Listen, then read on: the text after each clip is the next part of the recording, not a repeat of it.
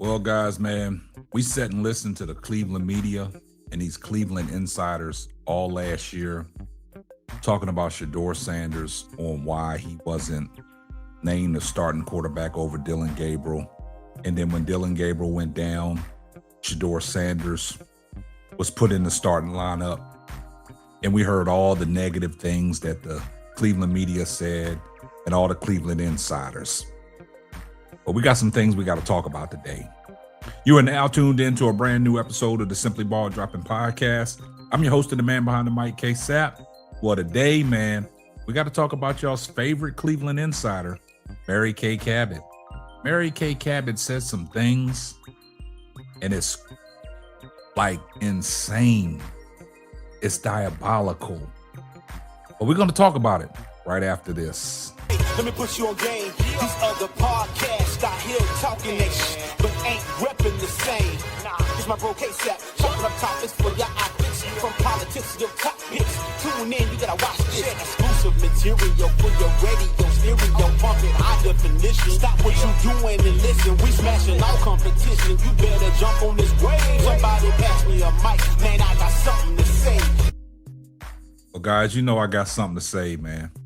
And we back at it, man.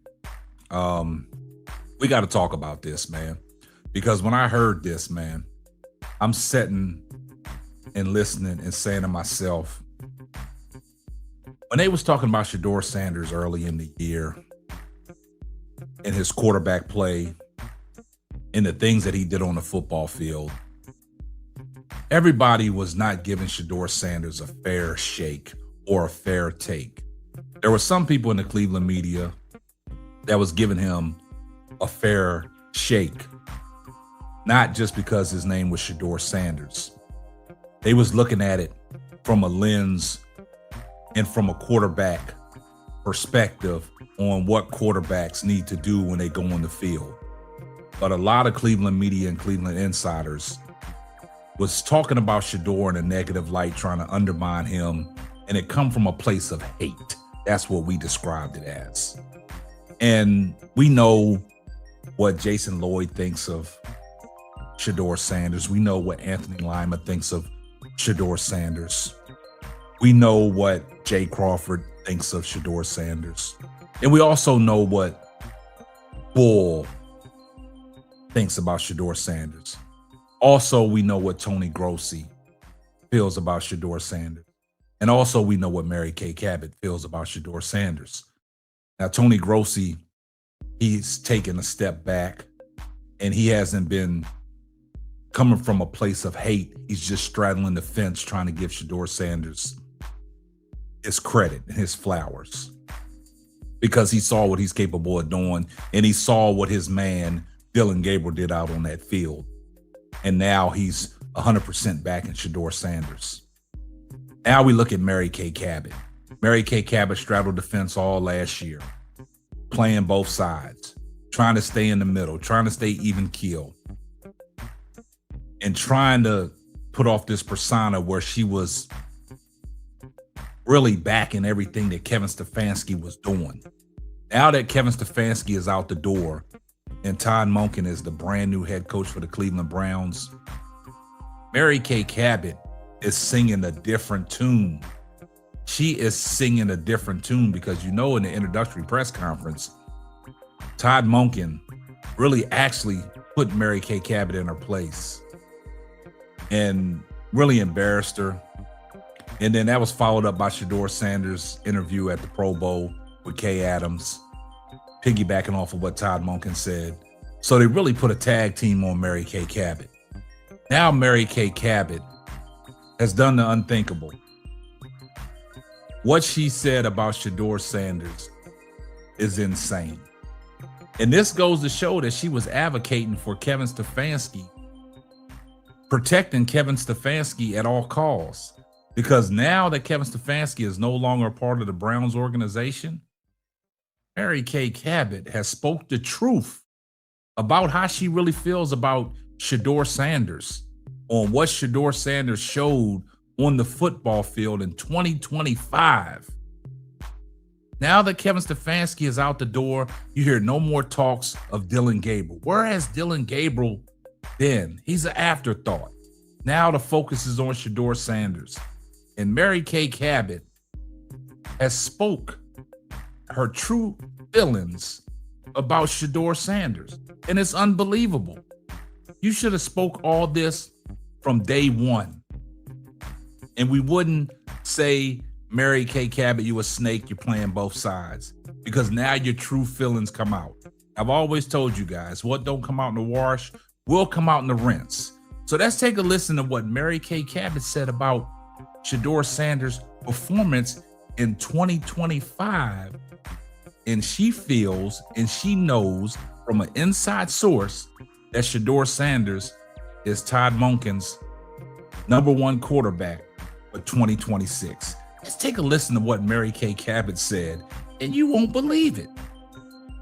Mentioned the it factor when he is looking for traits in a quarterback. And I think that's one thing that Shedeur established last year.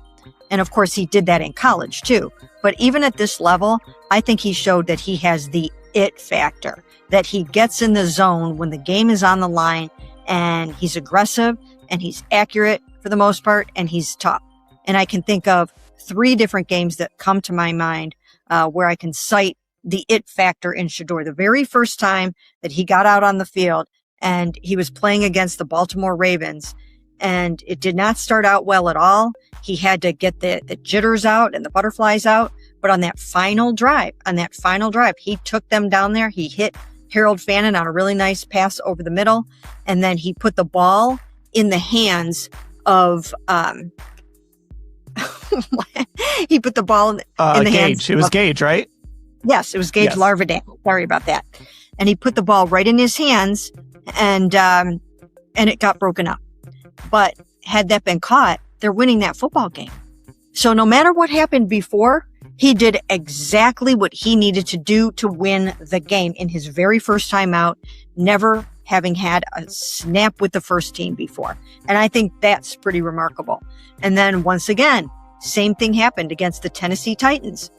When push came to shove on that final drive, he takes them right down there, and he has an opportunity to tie that football game. And then they took him off the field, and that was not well received. That did not go over big anywhere.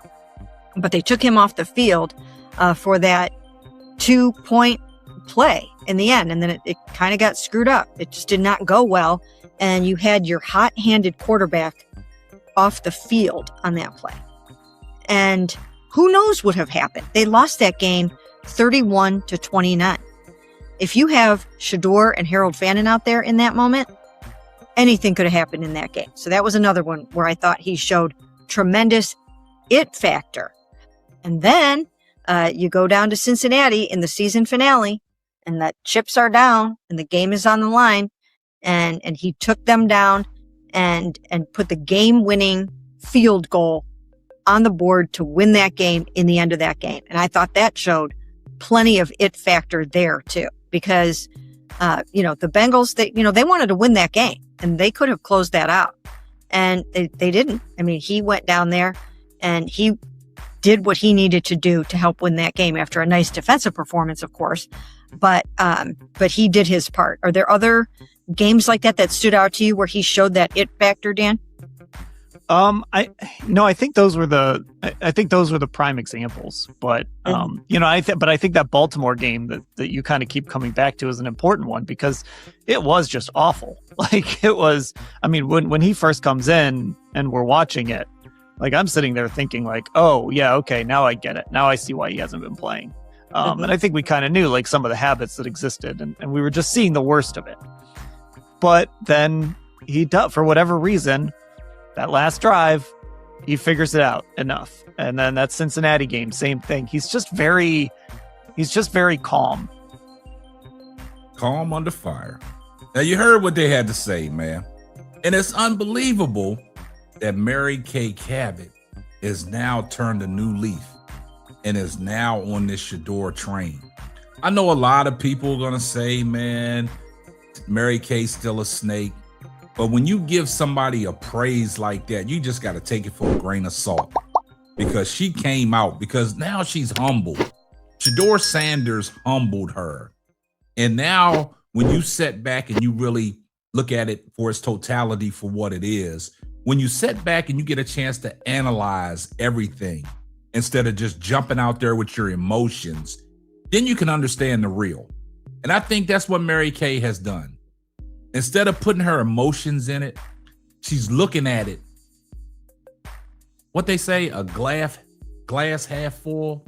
She's looking at it through a lens where now she understands, man. Shedeur Sanders has it. He has that it factor. Just like Todd Monken said, them traits, the things that the team wants to rally around. And it's all about Shedeur Sanders. And Mary Kay Cabot now realizes that Shedeur Sanders is one hell of a football player. And if you go listen to the full podcast that she did, she says other things that are unbelievable about Shedeur Sanders.